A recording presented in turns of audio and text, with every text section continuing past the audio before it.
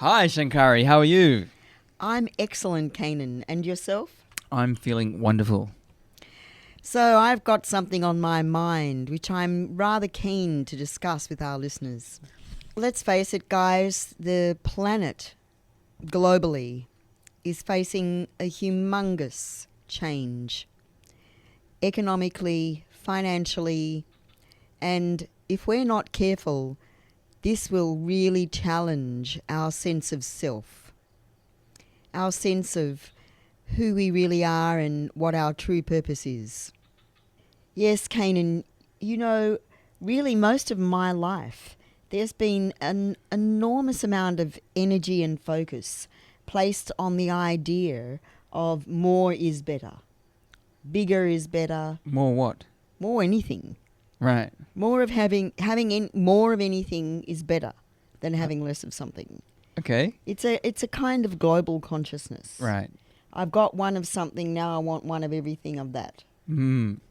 So what's actually occurred since the beginning of the Industrial Revolution is this constant surge to expand, this physical expansion that's just gone on and on and on.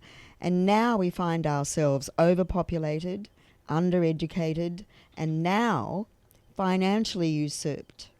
Worried. Generally worried. There's an enormous amount of fear.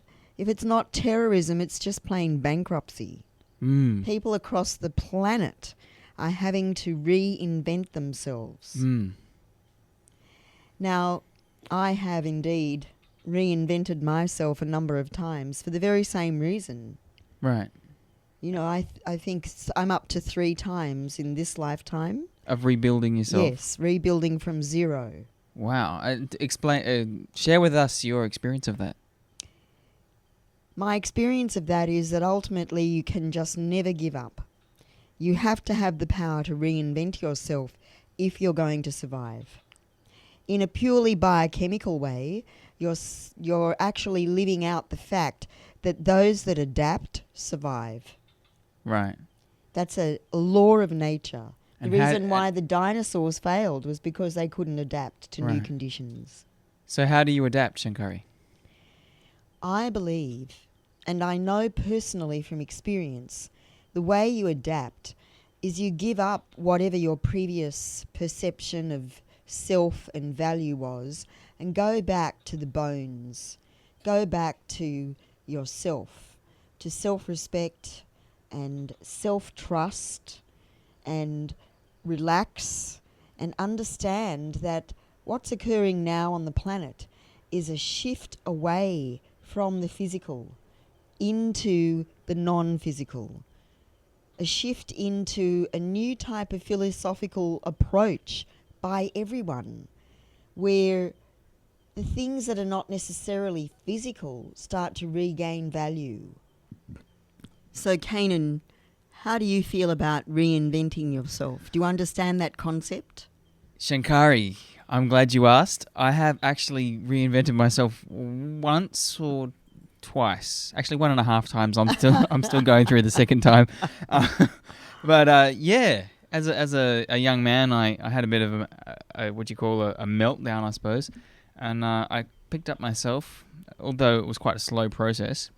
I picked up myself and shifted the emphasis from all the stuff outside of me to the inside. So what you're really saying is you stopped self-abandoning. Yeah, I stopped self-abandoning and started to kind of stand up for myself on the inner side.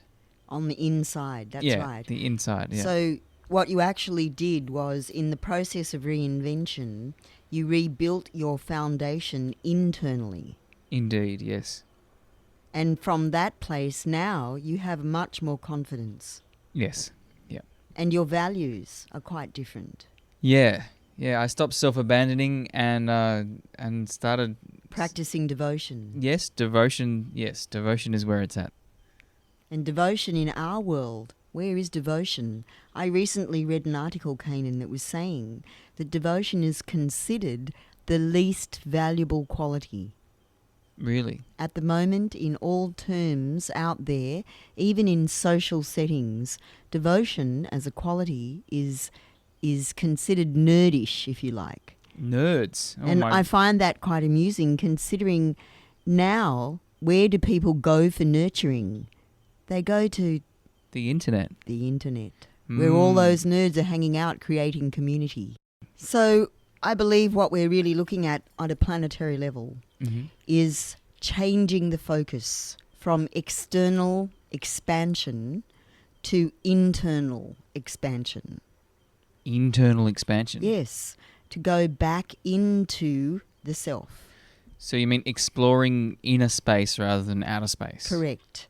Traveling through inner space is the journey of personal creativity, personal reflection, personal strengthening, where you don't need to carry a gun to protect yourself, Right. where your energy is already in such a balance that you're not attracting disaster.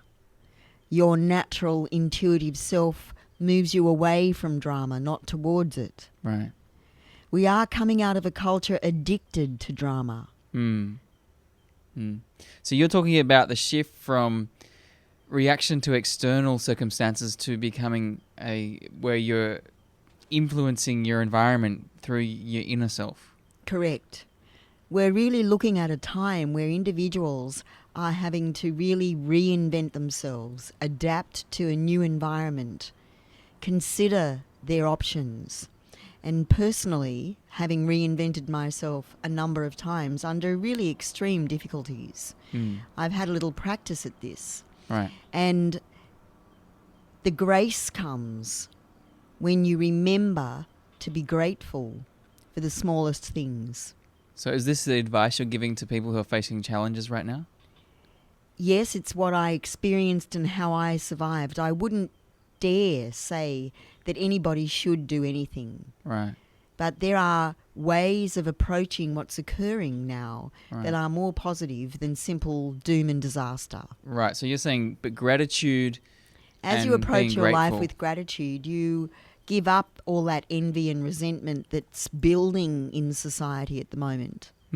It's been building for years and years, and it's about to burst. Right. The other thing is, as you step forward, adapting to each moment, having humility, allowing yourself to be flexible, you're giving yourself the greatest opportunity of survival. Right. Flexibility. Flexibility. Flexibility is truly the indicator of your age. As your spine stays flexible, your mind stays flexible. Right. You may indeed be old in years, but if you are young in your physical flexibility, you can be sure your mind is still agile. Brain biochemistry is very important. As we get to the brain, which is really, that's where we begin. What we eat goes into our gut, travels to our brain. If we're not eating well, if we're eating emotionally, if we're tragically punishing ourselves for what our world is presenting us with, we lose the power to make choices because we're reacting. Right. Don't want to react, because in the reaction, you suffer. Right. You don't want to be in the suffering mode, because that then attracts more aggravation. So you're saying the power is in the action, not the reaction. Correct. The power is in taking the action, and the most potent action is to go within. From that space, we will have the opportunity to ascend as a global culture, which I truly believe is our purpose. I know that's right out there, but we're here. It's 2012 soon, and we're being tuned up. And you can't ascend holding on to all that crap. Thanks very much, everybody. Thanks for listening. You're listening to Shankari and Kanan, and it's the dark moon in Balian, October, just before Halloween.